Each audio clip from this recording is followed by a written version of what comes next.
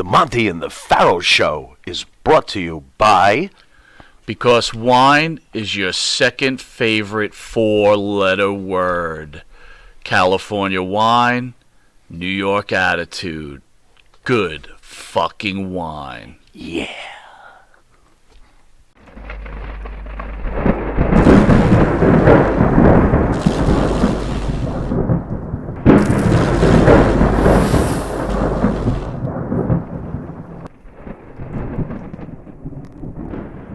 But all I heard was he was going to make me.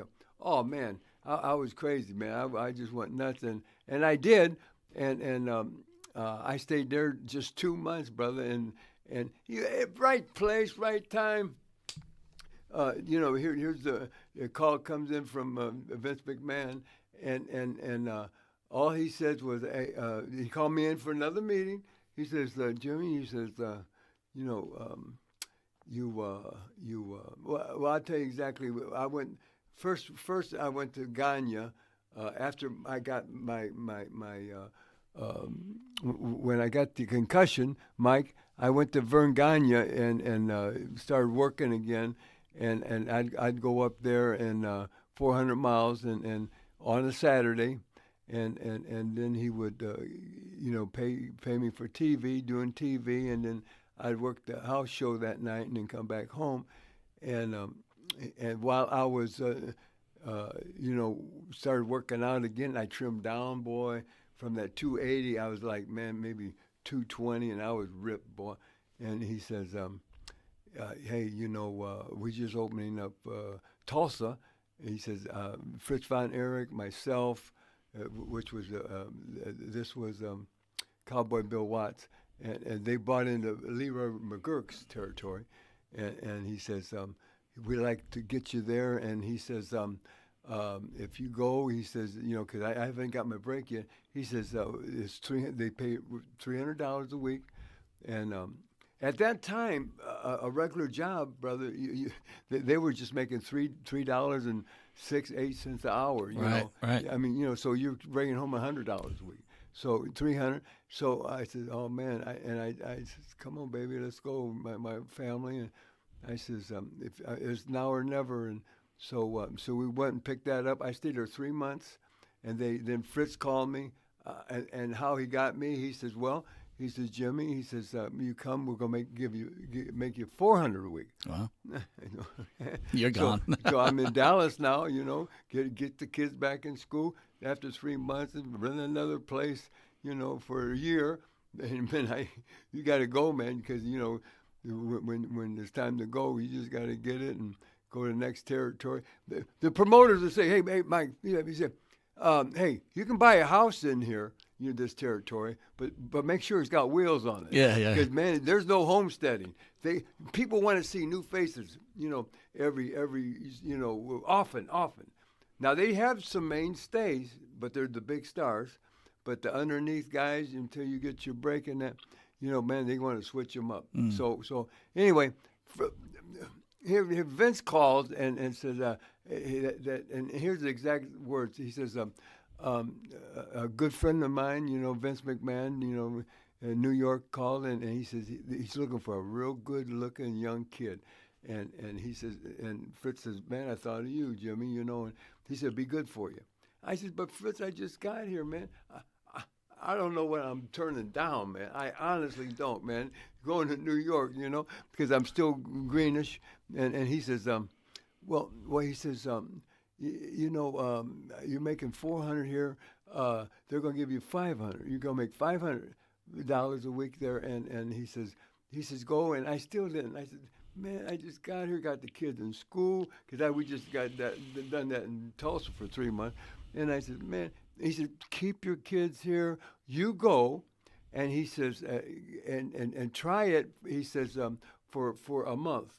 And he says, if you don't like it in 1 month, you pick up the phone, leave your family here, let them go to school, finish school, and then in the summer, then they'll come to you and you get set up and you'll be in the territory. And he says, and if he says, "Believe me, Jimmy," he said, "it's going to be good for you." I said, okay. So they flew me up, and I went in, and the funny part about it was, I thought I was going to go in as a heel because I was a heel there, Oh, and I'm really excited. So I go in the office in Washington D.C. They had an office, and one in New York, and this was Capitol Wrestling then, just WWF, but they just bought Capitol Wrestling out, and they call it WWF, and so I says. Vince says, come in, Jimmy. In the main office, the first day I got there, I put my 2 bags down, and I walked in, and he says, you come from a man I admire. He says, and he really, says it's going to be good. And he says, you look good. You remind me of someone who made me a lot of money. Vince is telling me that. And that was Mr. America, Stanley, and another blonde, big kid, and he says, "Here, let me show you where you're who you're gonna be working for the next 3 weeks." And he showed me the whole schedule, and I looked down, and every town, because we work in a different town every night, different state, different, the big time, man. And I looked, and it said Black Demon. I says, Vince, I'm talking to this guy. I just met him, brother, and he's a millionaire and the biggest promoter. Oh, and I knew something was, because when I left, everybody congratulating Dusty Rhodes, man, Killer Kowalski, even Johnny Valentine, man, shook my hand. He says, "Man, you're gonna make some money." Oh man, they're going, boy, you're in the right place, right time. And I said, man, it must be something going on here, brother. And so, when I went, but I am telling this best promoter, best territory, best everything in our whole country, and the number 1 territory and best money, everything in here. That I'm wanting to be a heel. Because is this the guy heel? I mean, he's got to be Black Demon, And he said, yeah. And it was Tony. Oh man, Reno. No, I'll have to think. Anyway, Tony. We'll just call him the Black Demon. Yeah, the Black Demon, big guy, boy, man. He was a monster. And he says, yeah. He says, there's something wrong with that? And I said, well, geez, I feel more comfortable as I only healed for 2 months, brother. But I'm telling the boss, I feel more comfortable as a heel, man. And I've been baby facing my whole life, until that point. And he looks at me and he says, Jimmy, he says, Tony Marino, Nero, Tony Nero. Check it out. Look it up. The old school. Yeah, the old wrestling fan, and that's who it was, and who I was wrestling all that 3 weeks, and he says, if you get over, and he says, I'm going to help you get over, and he says, in 6 months, son, he says, I will switch you. I'll tell you how this works, Jack. Switch you and make you big money. Wow. He's telling me this, and. Man, what are you going to say? Yes, sir. Okay. All right.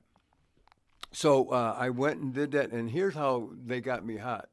Right off the bat, I mean, within the first month, they gave me win after win on TV, and then all of a sudden they put me and the number 2 guy, the best babyface in New York in 1970, 71 was Chief Jay Strongbow. Mm-hmm.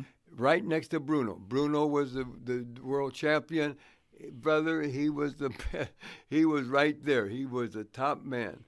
So when you do that, you take me, a young kid, just getting going, and I'm with the chief, and we come out as a team, a tag team, and hey, I'm getting all his heat. I'm over like $1 million just because of him, and I haven't done nothing. And I'm just trying to get over. So he really tried to help me. And we did. I got over. And he must have written that down in that book that day. because he had this whole book there. Because exactly 6 months to the day, he switched me heel.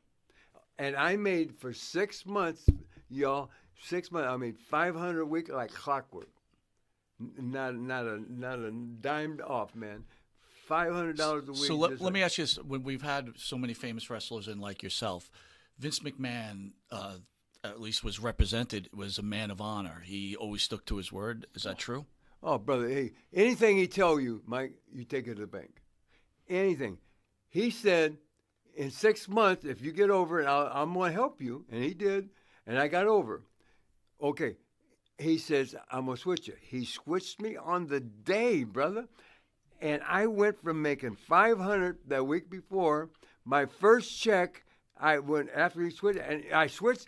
When he switched me, it was on Strongbow.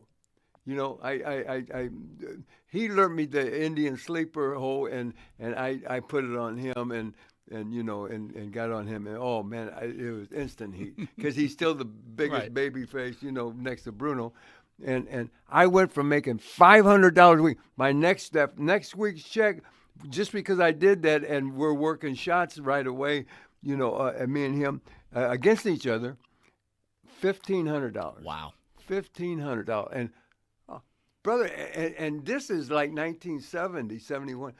Man, this was like doctors and lawyers. I didn't even get out of high school, brother. You know me. I didn't take a book home in high school in my life. I played football. I was a jock, man, but I never studied, and they just passed me through it and got it through.